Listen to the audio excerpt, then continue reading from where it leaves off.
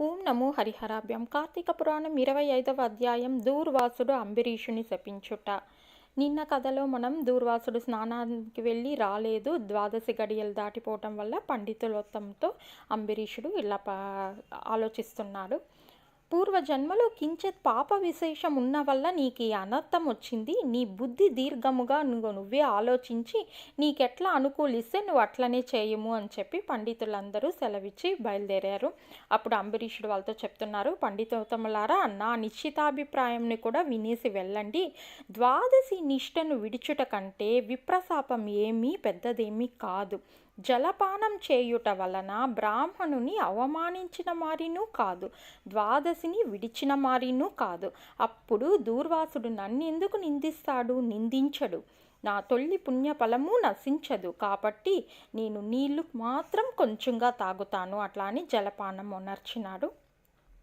అంబరీషుడు జలపానమునర్చిన వెంటనే మరుక్షణమే దూర్వాసుడు స్నాన జపాదులు పూర్తి చేసుకొని అక్కడికి వచ్చేశాడు. వెంటనే ఆ ముని మహారౌద్రకారుడై కండ్లు ఎర్రగా నిప్పులు కక్కుతూ, ఓరి మందుడా, నన్ను భోజనానికి రమ్మని నేను రాకుండానే నీవేళ భుజించితివి. ఎంత దుర్మార్గము, ఎంత నిర్లక్ష్యము, ఎంతటి ధర్మ పరిత్యాగివి. అతిథికి అన్నం పెడతాను అని ఆశ చూపి పెట్టకుండా తాను తినేవాడు మలభక్షకుడగుతాడు.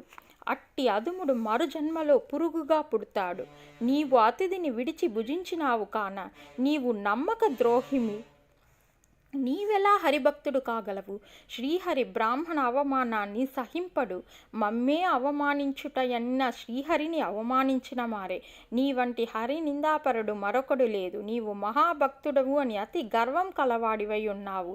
ఆ గర్వంతోనే నీవు నన్ను భోజనానికి పిలిచి అవమానించి నిర్లక్ష్యముగా జలపానమునర్చినావు. అంబరీష, నీ వెట్ల పవిత్ర రాజకుటుంబంలో పుట్టినావురా. నీ వంశం కలంకం కాలేదా? నీ కోపము నీ నోటికి వచ్చిన తిట్టేశాడు.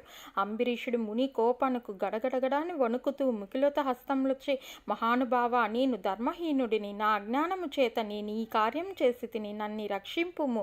బ్రాహ్మణులకు శాంతియే కదా ప్రధానము. మీరు తపోధనాలు దయా దాక్షిణ్యాలు కలవారు కానక నన్ను కాపాడు అని పాదాలపై పడి ఎలాగనో వేడుకున్నాడు. దయాశూన్యుడైన దూర్వాసుడు అంబరీషుని తలని ఎడమ కాళ్ళతో తన్ని, దోషికి శాపమీయకుండా ఉండరాదు. నీవు మొదటి జన్మలో చేపగాను, రెండవ జన్మలో తాబేలుగాను, మూడవ జన్మలో పందిగాను, నాలుగవ జన్మలో సింహంగాను, ఐదవ జన్మలో వామనుడుగాను, ఆరవ జన్మలో క్రూరుడగు బ్రాహ్మణుడుగాను, ఏడవ జన్మలో మూఢునైన రాజుగాను, ఎనిమిదవ జన్మలో రాజ్యం లేని సింహాసనం లేని రాజుగాను, తొమ్మిదవ జన్మలో పాషాండ మతస్థుడిగాను, 10వ జన్మలో పాప బుద్ధి గల దయలేని బ్రాహ్మణుడుగాను పుట్టుదువుగాక అని వెనక ముందు ఆలోచించకుండా శపించేశాడు. ఇంకను కోపం తగ్గకుండా మరలా శపించుటకు వచ్చాడు. శ్రీ మహావిష్ణువు బ్రాహ్మణ శాపం వృధా కాకూడదు అని తన భక్తునికి ఏ అపాయము కలగకుండా ఉండుటకు అంబరీషుని హృదయంలో ప్రవేశించి, మునివర్య, అట్లనే నీ శాపం నేను అనుభవిస్తాను అని ప్రాధేయపడినాడు. కానీ దూర్వాసుడు ఇంకనూ కోపం పెంచుకొని శపించపోగా శ్రీమన్నారాయణుడు తన సుదర్శన చక్రమును అడ్డుపెట్టినాడు. ఆ సుదర్శన చక్రం కోటి సూర్య ప్రభావాల అగ్నిజ్వాలలై కక్కుచు దూర్వాసునిపై పడింది. అంతట దూర్వాసుడు ఆ చక్రం నుంచి తనను మసి చేసేమో తలించుకొని ప్రాణంపై ఆశ కలిగి అచ్చటి నుంచి బ్రతుకు జీవుడా అని పారిపోయినాడు. మహా తేజస్సు కల చక్రాయుధం దూర్వాసుని తరుముతూనే ఉన్నింది. దూర్వాసుడు తనను కాపాడమని భూలోకంలో ఉన్న మహామునులలో, దేవలోకంలో వెళ్ళి దేవేంద్రుణ్ణి, బ్రహ్మలోకానికి వెళ్ళి బ్రహ్మదేవుణ్ణి, కైలాసానికి వెళ్ళి పరమేశ్వరుణ్ణి ఎంత ప్రార్థించినా వాళ్ళు సైతం చక్రాయుధం బారి నుంచి దూర్వాసుని కాపాడలేకపోయినారు. ఇక ఎలా దూర్వాసుని కాపాడతారో రేపటి కథలో తెలుసుకుందాం. పంచవింశోధ్యాయం 25వ రోజు పారాయణం సమాప్తం. ఓం నమో హరిహరాభ్య.